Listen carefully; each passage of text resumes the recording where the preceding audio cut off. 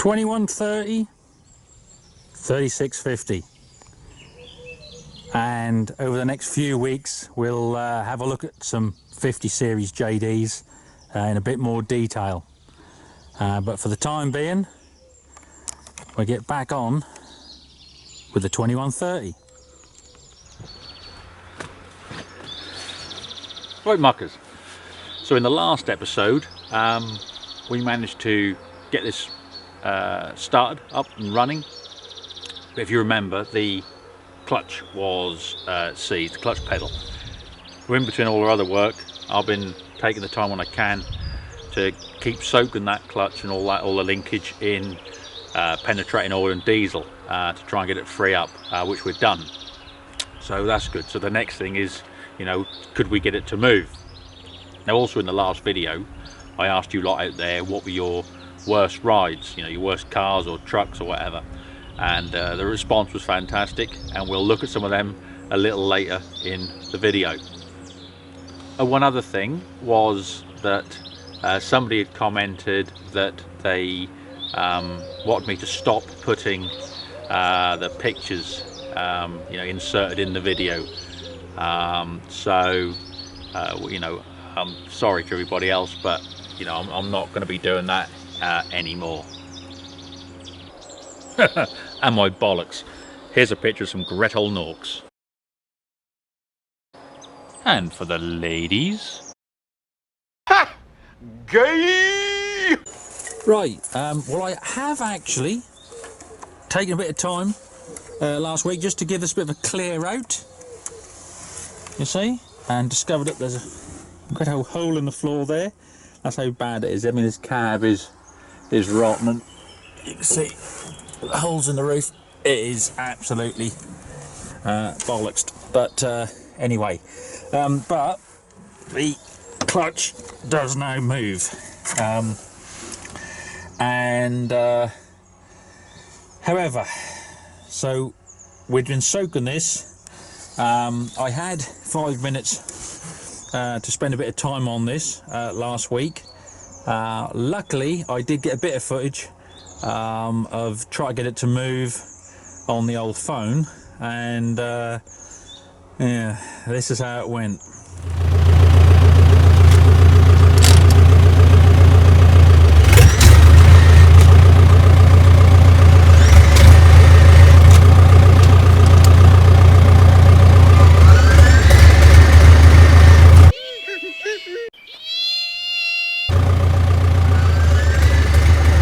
Junk.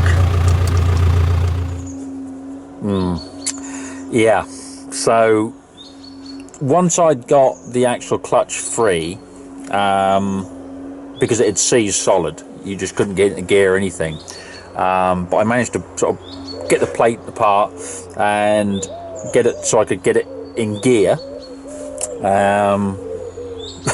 but then it just, as you could hear then, it was just making that horrible squealing noise.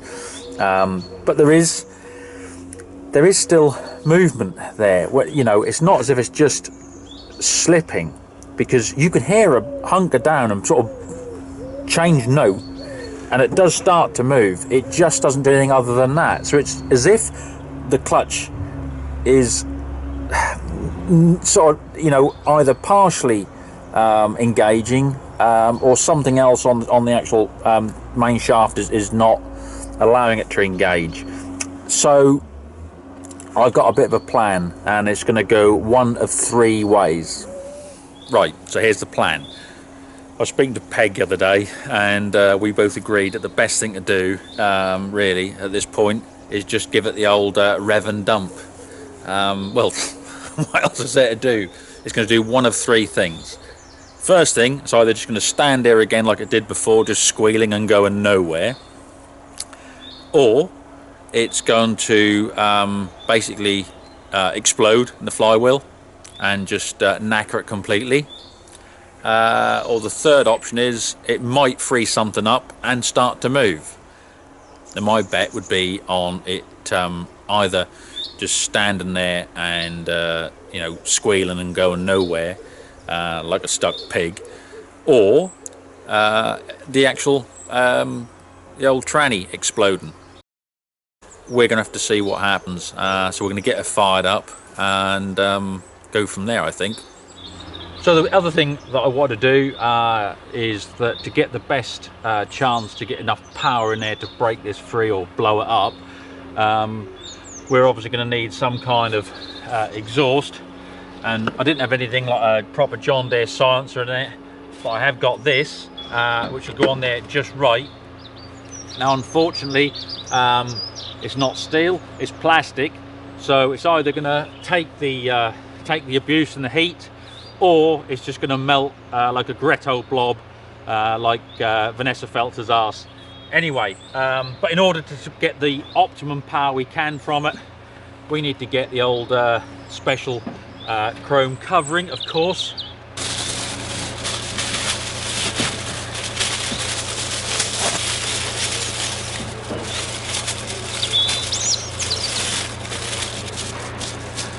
But what a treat. I mean, that will give us at least another 20 horsepower, which is what we're going to need to get this job done. And again, it'll excite all the little noshers out there that just love a stainless pipe.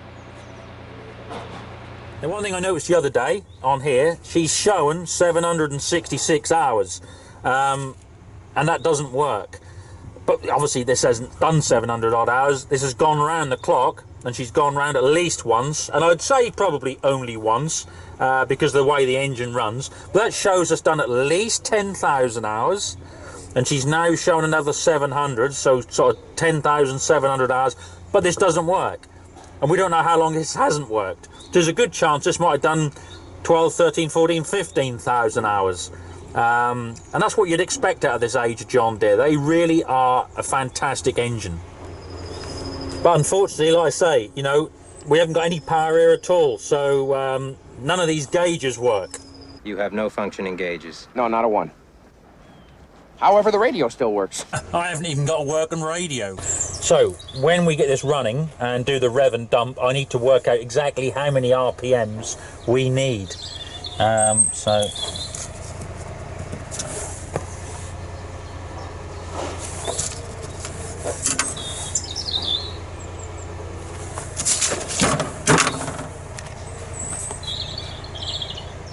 So we've got the old milk churn of destiny again, holding up the battery, so everything's good.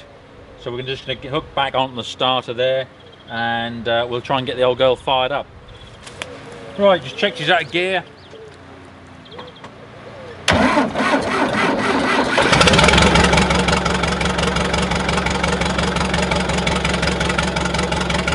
We'll unhook the battery, obviously because I don't want to have the churn here. Maybe some will say, oh, you can't just unhook the battery because you might damage the alternator. Right, well now you can see we can put the clutch down. And as I said, we're going to have to just send her all the way.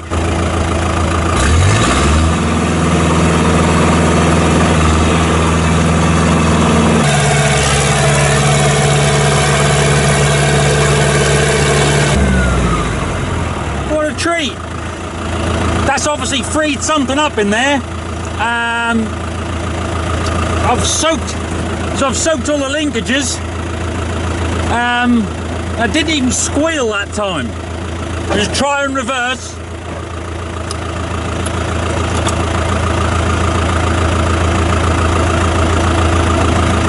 Not really. Oh, starting to bite there, quite near the top. She's going back. I've got no steering, no, none whatsoever. Let's try that again. Forward. Put another gear. I'll put her in second now.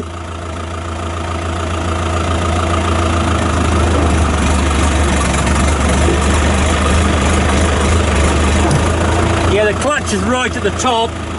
That may have been a lot of the problem, that it wasn't engaging fully.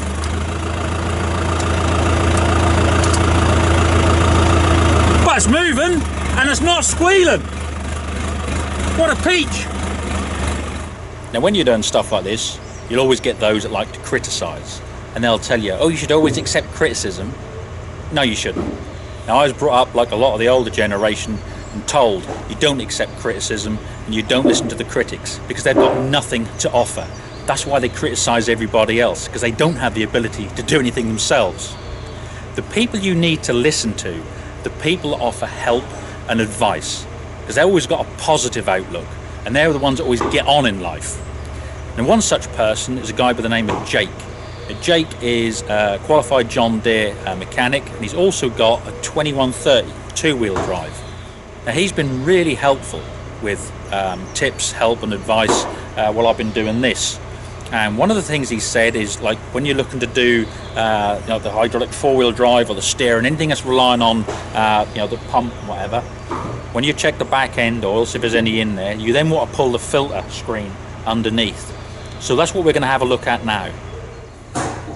Right, I just loosened this off, this plug for this screen, and the screen's in there. You can see that.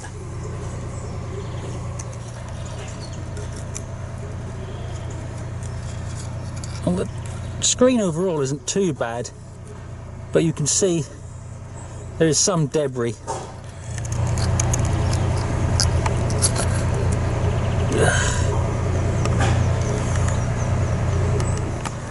So looking at the screen, you can see here there's some big old chunks of metallic objects in there. Some of it sort of glistening like phosphor bronze, but to be fair, that sort of age and the life that machine has led, I'm not that surprised.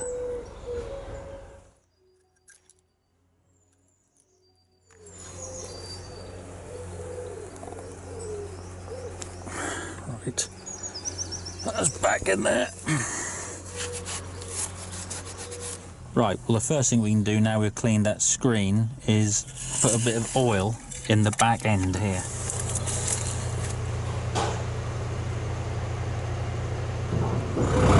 I'll put about 4 gallon in there and there's still nothing. Still no steering. We've got brakes though. Brakes work. Oh, I say. Not too bad. Right, let's have a dandy with that then.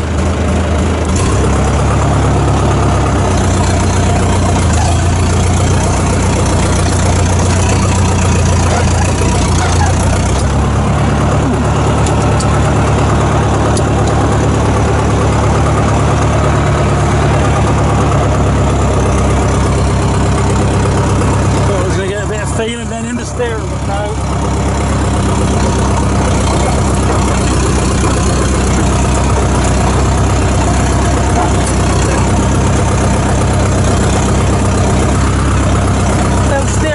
To move, and that's just I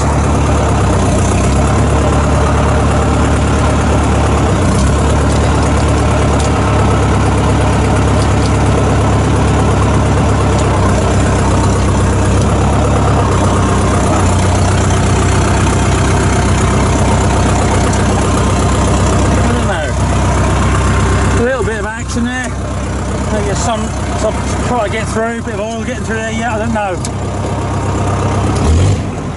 Foot throttle, that works now. Oh, what a treat.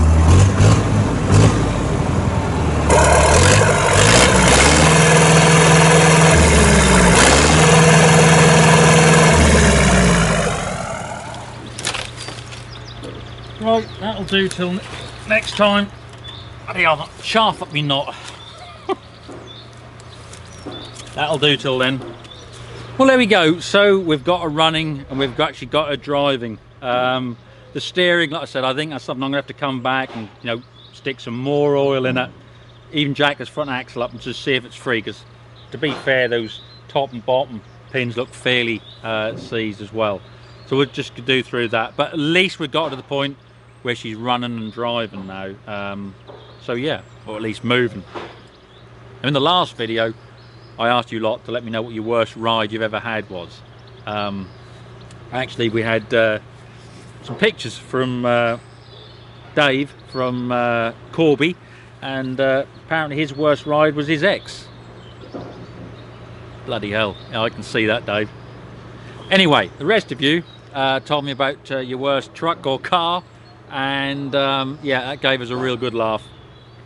Now, some of the other ones, we had T. Graham, and he said the worst one he ever had was a 1999 Pontiac Firebird. He only had it for 2 months, and his ex gave his best friend a BJ in it. Then the engine blew 3 weeks later.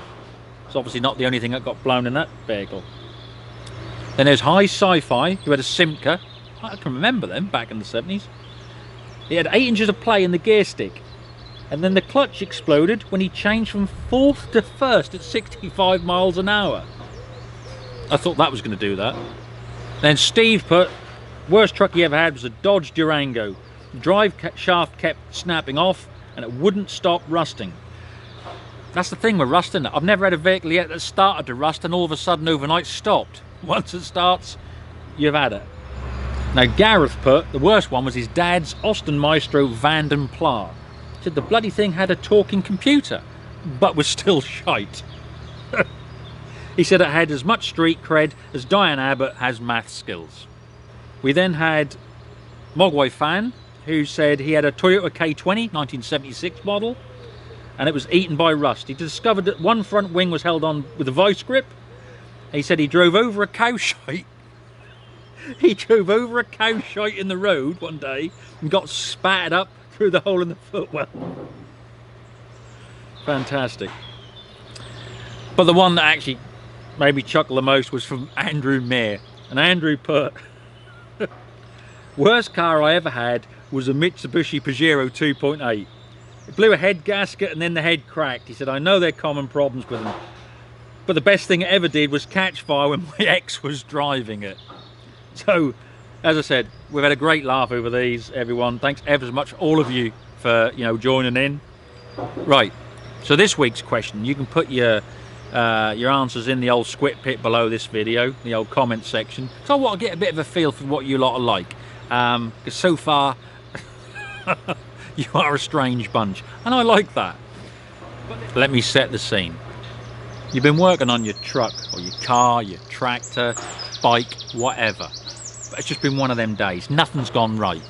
You've sheared off studs, you've rounded off nuts, things haven't come apart, so you say enough's enough, you call it a day. You go in, sit down, kick your feet up. What's your go-to drink? What drink are you going to have just to calm yourself? Is it going to be a cup of tea or coffee? Is it going to be a nice beer or a glass of wine? What is your go-to drink? What's the one that just calms you at the end of one of those days? Put your answers in the old squid pit. We'll go through them and we'll pick out a couple that, make us laugh. Anyway, we'll have a look at them. In the meantime, we're going to say get this put away now, make sure everything's put back, covered up, because we got to this point now. I don't want to start letting any water get in or anything like that. And the next time, what we're getting on with is the Ford 8100. I want to do the cab interior. I also want to get it serviced and done, so we'll be having a look at that next. But anyway, like I say, really pleased with this. I can't believe how well she runs. I'm shocked at the fact that she's actually moves backwards and forwards, because I'd say after hearing that squealing like that, I really didn't think I was going to do anything at all, just sit there.